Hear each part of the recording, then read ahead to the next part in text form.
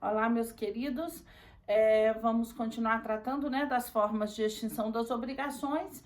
E aí nós vamos falar hoje do chamado pagamento com subrogação, que tem previsão no Código Civil, a partir do artigo 346. E aí, quando a gente fala de pagamento com subrogação, nós não estamos tratando de um instituto totalmente novo para a gente, porque nós chegamos a falar da subrogação lá nas obrigações indivisíveis, que o Código prevê, né, que com pagamento às indivisíveis o sujeito se subroga, e como nós falamos também no pagamento feito por terceiro interessado, que é um dos casos que o legislador traz para a gente. Bom, quando nós tratamos do pagamento com subrogação, qual é a primeira coisa que a gente tem que compreender? Uma ideia conceitual do que seria essa subrogação. E aí, o Código Civil, ele faz questão de conceituar para a gente a subrogação. Vamos só nos localizar primeiro. Na ideia conceitual, o que seria pagamento com subrogação? É uma forma de extinção das obrigações que consiste na transmissão a um terceiro de direitos, ações, garantias e privilégios feito pelo pelo credor primitivo ao novo credor, ou seja, feito mediante pagamento da dívida. Então, subrogação é transferência de direitos mediante pagamento da dívida. Quem é que traz, então, como eu disse, esse conceito para gente? O artigo 349 do Código Civil. Olha o que ele fala. A subrogação transfere ao novo credor todos os direitos, ações, privilégios e garantias do primitivo em relação à dívida contra o devedor principal e os fiadores. Então, vamos compreender isso aí. O que o Código Civil está conceituando para a gente? A ideia de subrogação. Subrogar é substituir. Então, toda vez que eu me subrogo, eu estou substituindo o credor primitivo na obrigação. E todos os direitos inerentes a ele no contrato são transferidos a mim, que me torno nova credora. Agora, a questão é, para que haja subrogação, a condição sine qua non é que antes exista um pagamento. Então, para eu me subrogar, eu tenho que antes pagar. A questão é, toda vez que eu pago, eu me subrogo? Não. Eu só me subrogo naquelas causas, naquelas hipóteses em que a lei determina. Quais são as hipóteses que a lei determina? Aqui, dentre as formas de extinção das obrigações, o Código Civil traz para a gente a subrogação estabelecida lá no artigo 346 e no artigo 347, que já nós vamos identificar. Antes da gente identificar as hipóteses de subrogação, eu vou pegar um caso que nós já sabemos, estudamos lá na nossa aula de pagamento, que é o pagamento feito por terceiro interessado, que toda vez que ele paga, ele se subroga nos direitos do credor. E aí vamos usar isso como exemplo. Vou colocar uma situação aqui, em que eu tenho o seguinte: o João, ele é credor da Maria, numa dívida em que a Maria deve ao João a quantia de R$ 5.000. Dívida essa, eu vou colocar que ela tem vencimento para daqui a 30 dias, mas tanto faz se ela tivesse ou não já o vencimento.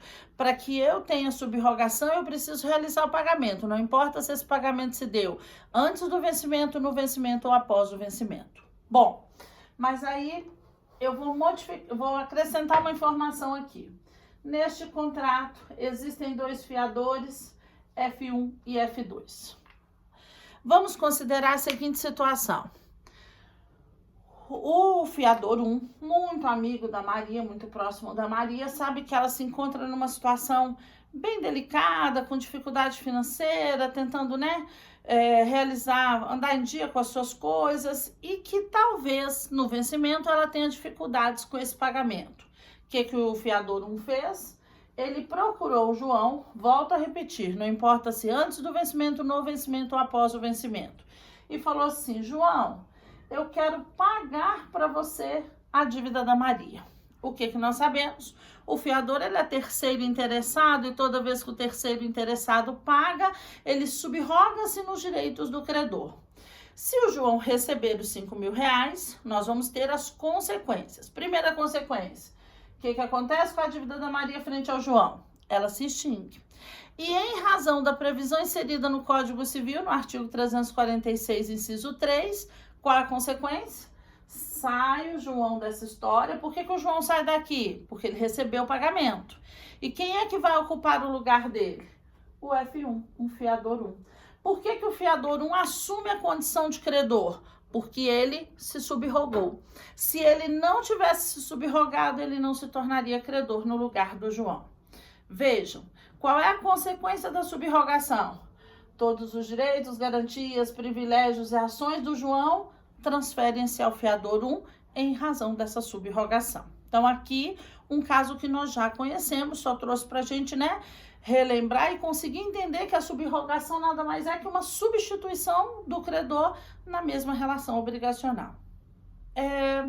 Mas quando nós estamos tratando da subrogação, a doutrina, seguindo o raciocínio do Código Civil, classifica a subrogação em duas espécies.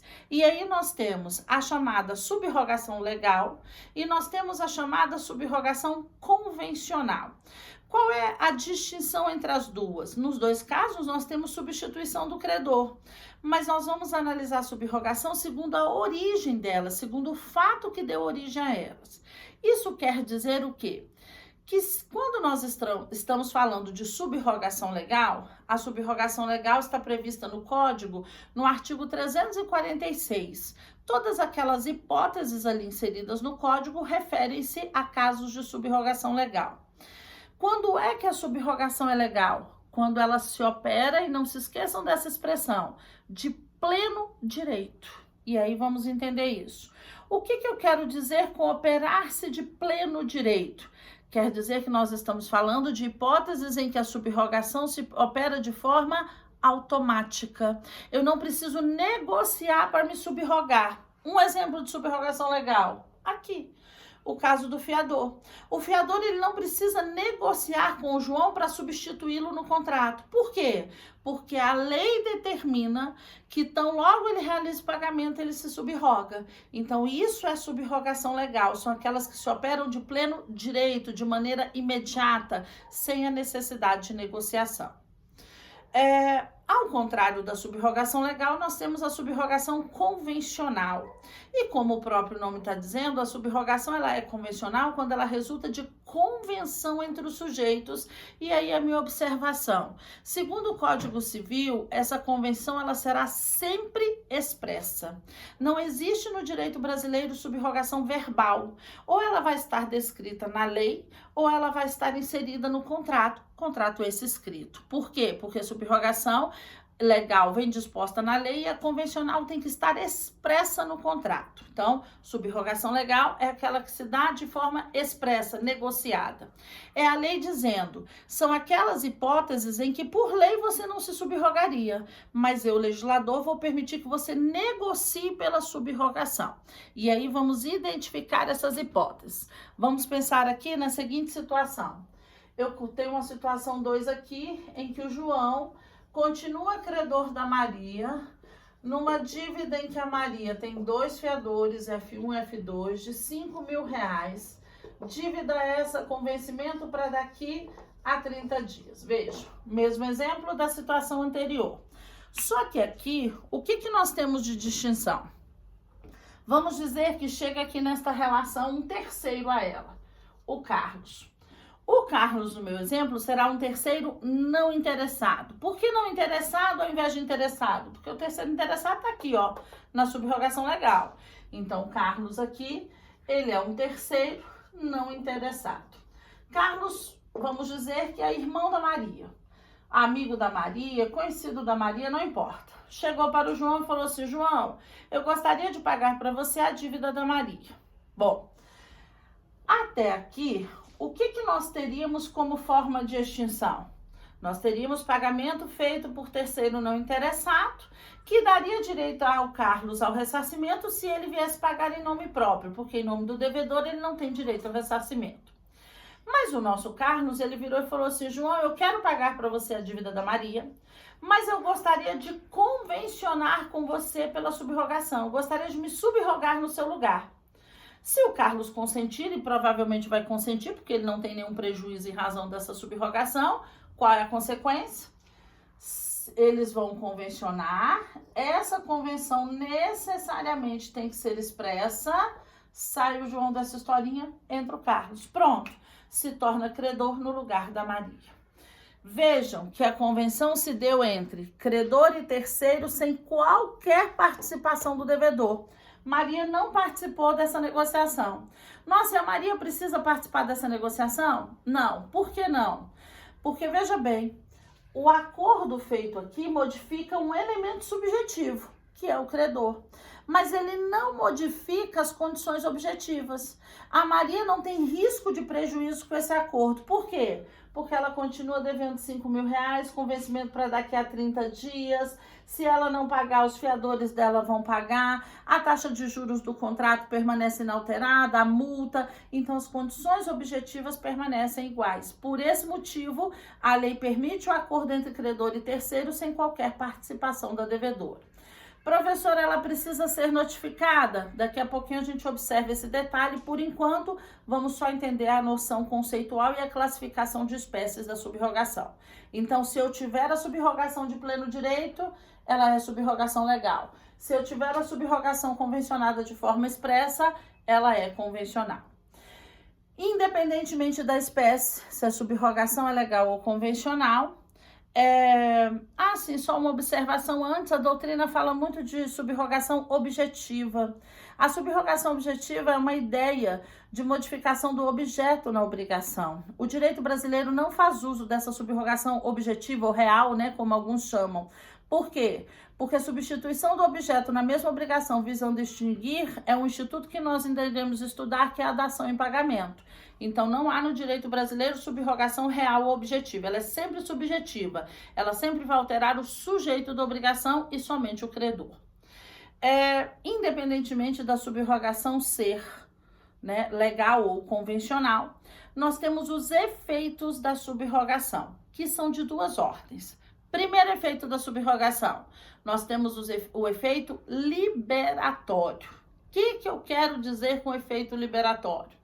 Vamos identificar isso. O efeito liberatório corresponde à liberação do devedor frente ao credor primitivo, mediante pagamento da dívida. Sempre vai acontecer isso na subrogação. Então, aqui, como o fiador pagou, o que vai acontecer com a dívida da Maria frente ao João? Ela se extingue. Então, a Maria não vai dever mais nada ao João. Ela continua devendo, mas não ao João. Então, frente ao João, que é o credor primitivo, ela está liberada. Esse é o efeito liberatório, que acontece tanto na legal quanto na subrogação convencional, porque existiu um pagamento. Mas aí, a gente tem que analisar o segundo efeito da subrogação, que é o chamado efeito translativo. O que é o efeito translativo? Decorre da transferência de direitos. Isso quer dizer o quê? Que como aqui eu tenho subrogação legal, o que a lei fala? Fiador, terceiro interessado, assim que você pagar a dívida, você se subroga. Quer dizer que os direitos do João se transferem ao fiador. Ele vai poder cobrar a taxa de juros desse contrato, a multa, se ela existir. Ele vai poder cobrar do fiador 2 na proporção que estiver estabelecido no contrato. Ele faz uso de todas as prerrogativas que estão inseridas no contrato em favor do João, que agora se transfere a ele. O mesmo acontece aqui. Por isso que aqui a subrogação tem que ser expressa, para estar claro que a intenção dos sujeitos foi pela transmissão dos direitos. Então, todos os direitos que eram inerentes ao João são transferidos ao Carlos. Tanto que aqui, no vencimento, o Carlos vai poder cobrar da Maria.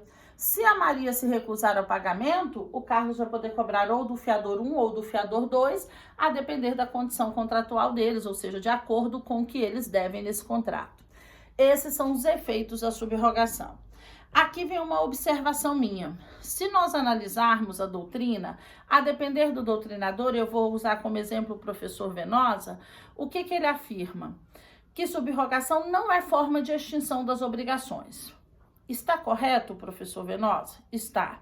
Por que ele afirma que subrogação não é forma de extinção? Porque ele analisa a subrogação sob o efeito translativo. Ele está dizendo, não, tudo bem que a Maria não deve mais nada ao João, mas ela continua devendo, porque agora ela deve ao fiador. Então, ele entende que não é forma de extinção. Ou seja, ele está classificando a subrogação segundo um dos efeitos dela. Está correto. Mas quando nós vamos para o Código Civil, se nós observarmos, o Código Civil insere a subrogação no capítulo que trata das formas de extinção das obrigações, o que nos permite afirmar que o Código Civil está declarando que subrogação é forma de extinção das obrigações. Se ela é forma de extinção, por que o Código está afirmando isso? Porque ele analisa a subrogação sob o efeito liberatório. O que eu disse para vocês? Independentemente da dívida da Maria dever ou não ao fiador 1, fato é que, frente ao João, a dívida dela está extinta. Por quê? Porque antes de haver a transferência de direitos do João para o fiador, existiu um pagamento. E se existiu pagamento, a dívida da Maria está extinta. A divergência é relevante, ninguém está errado, porque o Venosa está classificando segundo um efeito da subrogação, o Código está classificando segundo outro efeito, então os dois estão corretos, mas é claro que apesar, respeitadas as posições de cada um, toda vez que nós falamos de subrogação, nós vamos seguir, então, a visão legalista. Se o Código inseriu como forma de extinção, naturalmente, para efeitos de academia, de sala de aula, nós vamos afirmar que ela é uma forma de extinção das obrigações, com as devidas ressalvas, de quem pensa o contrário na doutrina. Bom, visto isso, nós temos condições de identificar os casos de subrogação. E aí nós vamos começar com a subrogação legal, ou seja, aquela que se opera de pleno direito. E os casos da subrogação legal, eles estão inseridos no Código lá no artigo 346. Então vamos lá para o 346, que diz o seguinte: a subrogação opera-se de pleno direito em favor. Vejam que é o Código Civil que está dizendo que ela vai se operar de pleno direito. Inciso 1. Do credor que paga a dívida do devedor comum. Então, vamos entender isso aí. Vou tirar esses dois exemplos aqui e depois, se necessário, nós retornaremos a eles. Vamos pensar o seguinte. Eu tenho aqui uma obrigação 1. Nessa relação jurídica 1, o João, ele é credor da Maria. Numa dívida que a Maria deve ao João a coisa X, não importa se ela está no vencimento, após o vencimento, antes do vencimento, mas eu vou considerar que ela ainda não esteja vencida. Então, vamos dizer que ela tem vencimento para daqui a 30 dias. Numa outra relação jurídica distinta dessa, eu tenho uma dívida 2. Na obrigação 2, nós temos o Carlos, credor da nossa Maria, numa dívida que a Maria deve ao Carlos, a coisa Y. Aí vamos entender isso. O que o legislador observou aqui e vamos raciocinar segundo o legislador. Eu tenho aqui duas obrigações, duas relações jurídicas distintas que têm um ponto em comum, mesmo devedor nas duas obrigações. Bom, qual é a consequência disso? Quando eu estou diante de uma situação dessa, o legislador fala assim: o legislador sabe que, aí vamos raciocinar comigo, o João aqui, ele tem 50, dentro de uma condição de normalidade, ele tem 50% de chance de receber da Maria e 50% de chances de não receber. Essas chances, elas podem ser aumentadas ou diminuídas de acordo com a situação do contrato. Então, por exemplo, se a Maria recair numa insolvência antes do vencimento, sendo o João um credor quirografário, as chances dele receber são diminuídas. Se a Maria for solvente e, por exemplo, nessa obrigação existir uma garantia como uma hipoteca, as chances do João receber são aumentadas. Então, a depender da condição, essas chances podem ser aumentadas ou diminuídas. Mas nosso raciocínio está naquelas chances regulares. Então, quando você firma uma obrigação, num primeiro momento você tem 50% de chances de receber e 50% de não receber, Essa é a média normal de mercado. O que acontece? O João, em relação a essa obrigação 2 aqui, ele é terceiro não interessado. Da mesma sorte que o Carlos, em relação à obrigação 1, é terceiro não interessado. O terceiro não interessado pode realizar o pagamento da dívida do devedor, exceto se ela for personalíssima. Nós sabemos disso. Então, nada impede, por exemplo, que o João venha aqui nesta obrigação e realize pagamento, porque ele seria, em relação a essa obrigação, terceiro não interessado. Mas é óbvio que o Código Civil pensou isso e é o que vocês devem estar se perguntando nesse momento. Qual é o raciocínio natural?